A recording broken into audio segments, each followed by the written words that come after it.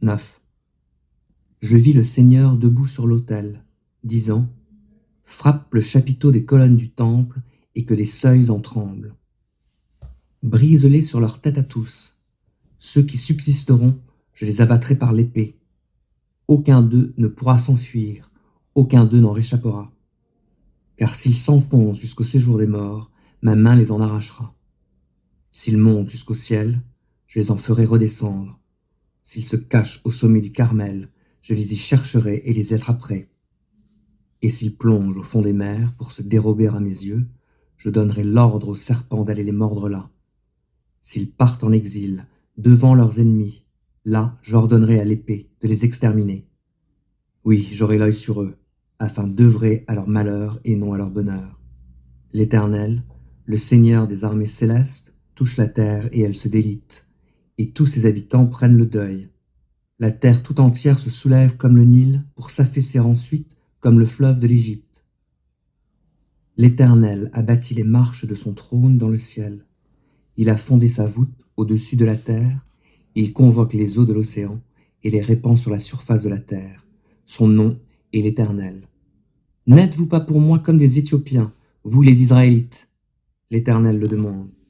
N'ai-je pas fait sortir Israël de l'Égypte, les Philistins de Crète et les Syriens de Kyr ? Le Seigneur, l'Éternel, observe ce royaume coupable. Je le supprimerai de la surface de la terre. Pourtant, je ne veux pas entièrement détruire le peuple de Jacob, l'Éternel le déclare. Voici ce que j'ordonne. Je secouerai le peuple d'Israël chez tous les autres peuples, comme on secoue le grain qu'on a mis dans le crible, sans que ne tombe à terre aucune pierre, même petite. Les coupables parmi mon peuple mourront tous par l'épée. Tous ceux qui disent « Le malheur ne s'approchera pas de nous, et il ne nous atteindra pas ».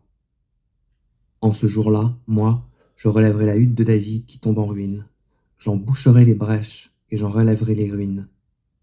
Je la rebâtirai pour qu'elle soit comme autrefois, afin qu'ils entrent en possession de ce qui restera des Édomites et des autres peuples, appelés de mon nom comme ma possession, l'Éternel le déclare, lui qui réalisera tout cela.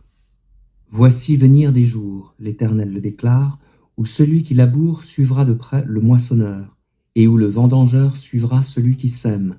Le vin nouveau ruissellera de toutes les montagnes, de toutes les collines, il coulera à flots. Je ramènerai les captifs de mon peuple Israël, et ils rebâtiront les villes dévastées, et les habiteront. Ils planteront des vignes, et en boiront le vin, ils établiront des jardins, et ils en mangeront les fruits. Je les planterai sur leur terre, et ils ne seront plus arrachés à la terre que je leur ai donnée, dit l'Éternel, ton Dieu.